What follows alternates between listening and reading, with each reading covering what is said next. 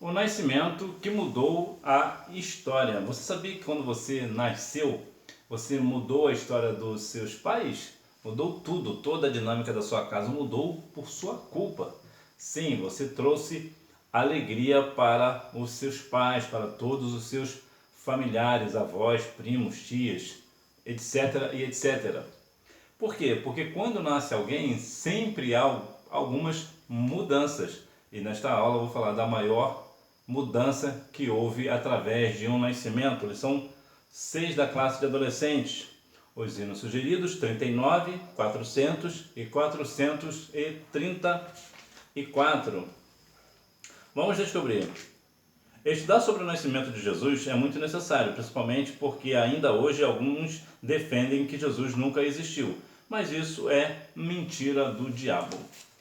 O adversário, o diabo, a principal ponto dele, o ponto principal que ele quer fazer é fazer com que as pessoas não creem na palavra do Senhor. As pessoas não crendo na palavra do Senhor, as pessoas não vão acreditar no Senhor. Portanto, não vão acreditar que Cristo nasceu. Não irão acreditar que Jesus morreu na cruz por suas vidas. Com isso, ele aniquila ali a ideia da salvação. Aí impõe na cabeça das pessoas que o inferno é aqui. E assim as pessoas acabam partindo para a eternidade sem Jesus. Então é importante que nós venhamos compreender a artimanha do adversário. Quando alguém fala que Jesus não existiu, está sendo na verdade um servo do diabo. E nós devemos repreender este negócio. Devemos ter coragem para falar do amor do Senhor Jesus, porque verdadeiramente Jesus nasceu, graças a Deus.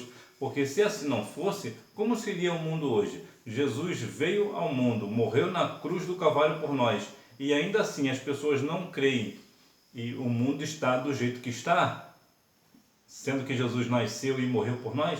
Imagina se ele não tivesse nascido e morrido por nós. Isso estaria muito pior e certamente nós não estaríamos mais aqui. Porque verdade é, o adversário, ele está bramando ao nosso redor, procurando a quem possa tragar. E por que ele não traga? Por que ele não consegue tragar? Muitos. Porque muitos ainda estão confiando no leão da tribo de Judá. Mas Jesus nasceu, graças a Deus. Por isso estamos aqui para a honra e glória do seu santo e poderoso nome. Hora de aprender. O Messias é anunciado. Maria aceita a missão. Ela estava noiva de José e morava em uma aldeia simples e pequena chamada Nazaré. Ela recebeu a visita de um anjo, o qual lhe disse que seria a mãe do Salvador, o rei de Israel. É curioso que o mesmo anjo que falou para Maria que ela seria a mãe do Salvador, também falou para os pais de Sansão. É o mesmo anjo. Veja que há aqui algo muito interessante, que Maria, ela estava noiva de José. E de onde ela era? Ela morava em uma aldeia simples e pequena. Em outras palavras, uma aldeia sem nenhum valor. Há alguém até que disse certa vez que pode vir alguma coisa boa de Nazaré? Por quê? Porque o lugar era tão simples, era tão simplório, era tão pobre, era tão pequeno, era tão insignificante, que as pessoas não acreditavam que pudesse vir algo bom de Nazaré. E de lá veio quem? Cristo. Então, aqui nos dá aqui uma boa noção de que Maria recebeu a visita do anjo do Senhor. E aqui cabe algo muito importante para nós cristãos no que diz respeito aos católicos. Nós falamos muito contra os católicos na ideia de Maria, mas em parte eles têm razão. Verdadeiramente Maria realmente foi uma mulher agraciada. Agora, o erro do povo católico está em colocar a sua fé em Maria, falar que Maria não teve mais filhos, que Maria morreu virgem, que Maria foi para o céu, entre tantas outras coisas. Aí não, aí eles estão completamente equivocados. Mas de fato, numa coisa eles têm razão. De fato, Maria foi muito importante. Por que Maria foi importante? Porque ela deu à luz a Cristo, que tira o pecado do mundo. Ele que morreu por nós para que nós venhamos por ele sermos salvos. José aceita a missão. Esse plano foi abandonado quando ele teve um sonho especial, no qual um anjo lhe disse que não tivesse medo, de receber Maria como sua esposa, pois ela estava grávida pelo Espírito Santo. Aqui há duas coisas interessantes. Primeiro é saber que Maria foi grávida pelo Espírito Santo. Olha que coisa extraordinária, é divino, é algo divino. E um outro ponto é um sonho especial. Quem não tem um sonho especial? Você certamente tem um sonho especial na sua vida. E a Bíblia diz lá em Salmos 37,4: deleita-te também no Senhor e Ele te concederá o desejo do teu coração. O que é deleitar no Senhor? É ter prazer no Senhor. Fazer as coisas para o Senhor com alegria. Então, quando você faz as coisas para o Senhor com alegria, você está deleitando no Senhor. Então, Ele, no tempo dele, vai certamente realizar os sonhos do seu coração. Então, todos nós temos sonhos especiais. E aqui é claro que foi um sonho divino, foi um sonho completamente específico para a causa, para poder fazer com que José entendesse que Maria não tinha traído José. Ela não foi infiel com José, mas ele precisava ouvir isso da parte de Deus, porque certamente se a outra pessoa dissesse, ele certamente não aceitaria. Então veja que até hoje, quando um homem é traído ou trai, é difícil a questão do perdão. Imagina naqueles tempos, nos tempos bíblicos, era muito mais difícil. Então veja que aqui há esse ponto interessante para que nós venhamos compreender que o sonho especial de José fez com que ele cresce na palavra do Senhor, na palavra do anjo, para que todos assim viessem assim, ter os seus sonhos especiais realizados, no caso, nós. O fato de José ter acreditado nas palavras do sonho e também a Maria ter acreditado nas palavras do anjo, trouxe para nós o nosso Salvador. No nascimento de um rei, uma estrela brilhou. Quando chegou o tempo de Jesus nascer, Deus fez uma estrela brilhar no céu. Esse fato foi tão grandioso que uns homens do Oriente que estudavam as estrelas entenderam que aquilo era um sinal do nascimento do rei de Israel. Aqui um ponto interessante que eu quero partilhar com você, para que nós venhamos não ter dúvidas, para que nós venhamos numa questão bíblica, compreender algumas questões curiosas sobre a palavra. Eu quero mencionar aqui para você, Mateus, capítulo 2, nos diz assim, o versículo 1. Tendo Jesus nascido em Belém da Judéia, no tempo do rei Herodes, vieram uns magos do Oriente a Jerusalém. Por que eu disse aqui magos? Uns magos. Porque muitas pessoas dizem que eles eram reis e principalmente que eram três. Segundo a tradição, seria Belchior, Baltazar e Gaspar. No entanto, a Bíblia não menciona os nomes deles e também não diz quantos eram, diz apenas uns magos. Podiam ser 2, podiam ser 3, podiam ser 50. A Bíblia não relata número específico. As pessoas dizem que eram 3 por causa do número de presentes, que foi ouro, incenso e mirra. Mas a Bíblia não menciona. Um outro caso muito curioso está lá em Lucas capítulo 2, versículo 7, que fala que Jesus nasceu numa manjedoura. Isso não é verdade. Jesus não nasceu na manjedoura. Ele nasceu e foi colocado na manjedoura. É diferente ser colocado e ter nascido. São coisas distintas. Pastores são testemunhas. Diante dessa visão celestial, os pastores foram até Belém e encontraram Jesus e a sua família. Ou melhor, Jesus e sua família. Era um quadro de extrema simplicidade e aparente desprezo. Um bebê sem conforto, apenas enrolado em panos, deitado numa manjedoura que era o local de colocar comida para animais. É interessante o fato de Jesus ter nascido num lugar completamente desprezado, simples, foi colocado numa manjedoura. Que interessante! O Rei dos Reis, o Senhor dos Senhores, foi colocado numa questão ali num lugar onde, no prato do animal, Hoje algumas pessoas chamam de coxo. Olha que situação. Para muitos seria até uma questão de humilhação. Mas foi exatamente nesse cenário simples, sem conforto nenhum, que Jesus veio ao mundo. E há algumas questões que aconteceram. Por exemplo, os pastores estavam no campo com suas ovelhas. Isso aqui nos traz a ideia de que o pastor precisa estar onde? No campo com as ovelhas. Tantos pastores hoje, perdidos, não sabem o que fazem com as ovelhas, deixam as ovelhas completamente distantes de todos, mas de tudo e de todos, né? Não dá alimento para a ovelha. Mas aqui nos traz aqui essa ideia. O anjo também anunciou que o Messias tinha nascido. Olha que coisa extraordinária. Um anjo anunciou o nascimento de uma criança. Por que um anjo anunciou o nascimento de uma criança? Porque essa criança era muito especial. E por que era especial? Porque era o Filho de Deus, como diz Isaías capítulo 9, versículo meia dúzia. No mesmo instante apareceu junto com o anjo, o exército celestial, cantando hinos de louvor a Deus. Por quê? Porque o nascimento de Jesus foi muito festejado, assim como o seu aniversário, o seu nascimento também. Quando você nasceu, as pessoas festejaram, ficaram alegres, felizes da vida porque você nasceu. Porque o nascimento de alguém sempre muda muitos aspectos. No caso de Jesus, ele mudou todo o aspecto, todas as coisas foram mudadas. O nascimento que fez a diferença, nascido para dividir a história.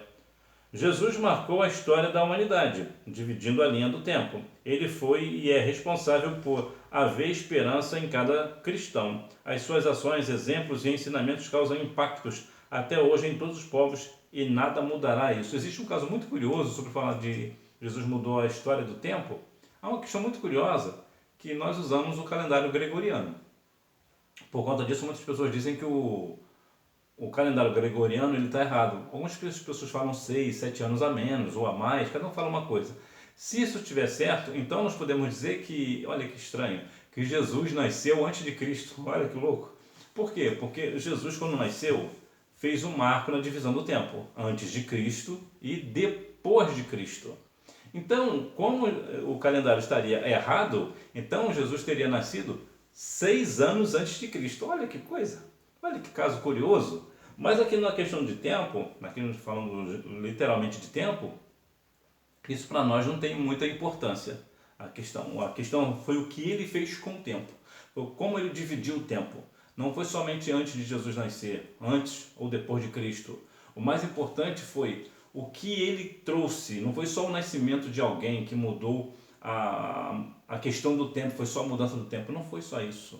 Não foi só isso que ele fez. Ele fez muito mais do que isso. Ele fez com que as pessoas entendessem uma questão e outra, a salvação. Agora, há um caso muito curioso também, se falando do nascimento de Jesus, é que as pessoas dizem que Jesus não nasceu. Ora, se Jesus não nasceu, então por que existe o antes e o depois de Cristo, o nascimento de Jesus? Veja como é que as coisas não... Eles vivem entrando em contradição, esse povo aí. Então, de fato, Jesus nasceu e ele veio para dividir a história em antes e depois de Cristo. E nós entendemos que verdadeiramente o nome do Senhor é glorificado em todas as épocas. Jó 19:25 chegou a dizer que eu sei que o meu Redentor vive e se levantará. De quem estava falando? De Cristo. Antes de Cristo nascer, muitos anos antes de Cristo nascer, Jó já mencionava acerca do Cristo. Nascido para mudar nossas vidas. Jesus veio para fazer a diferença em nossas vidas. Ele veio para trazer vida em abundância, aliviar nossas cargas e ansiedades. A sua vida mudou depois que você conheceu a Cristo como Salvador. Nós vemos uma questão interessante na questão espiritual, que ele nos traz vida em abundância. O que é vida em abundância? É uma pessoa que, independente do estado de vida que ele está alegre, ele tem vida dentro dele. Ele realmente é uma pessoa viva, é uma pessoa realmente feliz, tem alegria no coração, independente das circunstâncias. E essa vida abundante também nos releva, nos mostra também a questão da vida eterna, porque vai ser uma vida abundante para toda a eternidade. Ele via as nossas cargas, né? Ele troca conosco o nosso jugo, né? O nosso jugo é pesado, mas o jugo de Jesus é leve, ele troca conosco. E também a questão da ansiedade, quando nós lançamos sobre ele toda a nossa ansiedade, porque ele tem cuidado de nós. Então a verdade é que Jesus transformou a sua vida. Você era uma pessoa antes de conhecer Jesus e depois virou uma outra pessoa completamente diferente depois que conheceu Jesus. Por quê? Porque quando nós conhecemos Jesus, há uma nova criatura. Eis que tudo se fez novo. Conclusão. Jesus, sendo Deus, deixou sua glória e poder e então se fez ser humano. Ele nasceu em um país sem soberania, em uma família com pequenas posses, em um ambiente pouco confortável, um recipiente onde os animais se alimentavam foi o seu primeiro berço. Então, uma outra questão aqui para mencionar é a questão de que quando Jesus nasceu, o país dele, no caso Israel, não tinha soberania. Israel só teve soberania a partir do dia 14 de maio de 1948, que quando ele foi estipulado como nação pela Organização das Nações Unidas. Então, no caso, é do nosso tempo, né? 1948. É claro, você não era nascido nessa época, eu também não, mas é do nosso tempo, né? Do nosso século, da nossa época. Para você ver o quanto que o lugar onde Jesus nasceu era um lugar completamente desprezado. Então vemos que Jesus se fez carne, ele deixou toda a sua glória, todo o seu conforto, né, de ser Deus, de ser o Criador, para estar conosco, né, o nosso Emmanuel, o Deus conosco. Ele entrou numa família que não tinha nenhuma posse, não era uma família rica, vamos assim dizer, né? Tinha lá as suas situações, era um povo trabalhador, que depois, claro, possivelmente deve ter tido alguma prosperidade, né? Uma questão da carpintaria, possivelmente. Mas olha, veja bem, lá na Turquia é um berço de ouro, né? Então talvez seja por isso que vem aquela expressão, né? Não, alguém nasceu em berço de ouro, quer dizer que a pessoa nasceu rica. Na verdade, Jesus não teve nem berço, né? O berço de Jesus foi uma manjedoura. Então veja que diferença, né? Quantas vezes nós queremos ficar no bem bom, né? Ter tudo do bom e do melhor, o que é bom, não é ruim. Mas veja que o exemplo que Jesus nos traz, ele é Deus, ele é o Senhor dos senhores, Rei dos reis. Tudo foi feito por ele e para ele, mas ele nasceu numa cidadezinha pequena, numa família sem posses, foi colocado num coxo, vamos trazer aqui para nós, né? Então veja que situação de humildade que Jesus tinha, né? Como diz Zacarias, né? Fala acerca desse negócio, deve ser Zacarias, capítulo 4, versículo 6, versículo 6, capítulo 4, fala sobre a humildade de Jesus. Na verdade, não é referência a essa não, é Zacarias, deve ser 9:9. Vamos dar uma olhada? Ver se é isso mesmo? Que fala sobre a simplicidade de Jesus, né? O livro de Zacarias vai nos dar essa orientação. Zacarias, capítulo 9, versículo 9. Alegra-te muito, ó filha de Sião. Exulta, ó filha de Jerusalém. Vê, o teu rei virá a ti, justo e salvador, humilde, montado em um jumento, num jumentinho, filho de jumenta. De quem está falando? De Cristo. Então Jesus, ele já foi, muitos anos de nascer, ele já foi ali profetizado que ele nasceria, viria e estaria ali montado num jumentinho, né? Quantas pessoas hoje, né? Os pastores hoje, andando de carrão do ano com o dinheiro da igreja, custeado pela igreja, né? Alguns casos, nós vemos aí alguns casos sobre isso. Mas Jesus, que é o Rei dos Reis, Senhor dos Senhores, veio montado num jumentinho. Né? Veja aí a questão da discrepância, a diferença, né? Vamos praticar. Número 1. Maria recebeu a visita de um anjo, o qual lhe disse que ela seria a mãe do Salvador, o Rei de Israel. Número 2. Eles foram guiados por uma estrela que apareceu no céu. Número 3. Ele foi e é responsável por haver esperança em cada cristão, e suas ações, exemplos e ensinamentos causam impactos até hoje em todos os povos. Então veja que o nascimento de Jesus foi algo que mudou de fato a história, né? O nascimento que mudou a história. O nascimento de quem? De Cristo. Jesus, quando nasceu, ele mudou todas as questões. Nós somos hoje salvos porque Cristo morreu na cruz do Calvário por nós. Que Deus em Cristo continue abençoando a sua vida e você me vê na próxima aula, se Deus quiser. Tchau!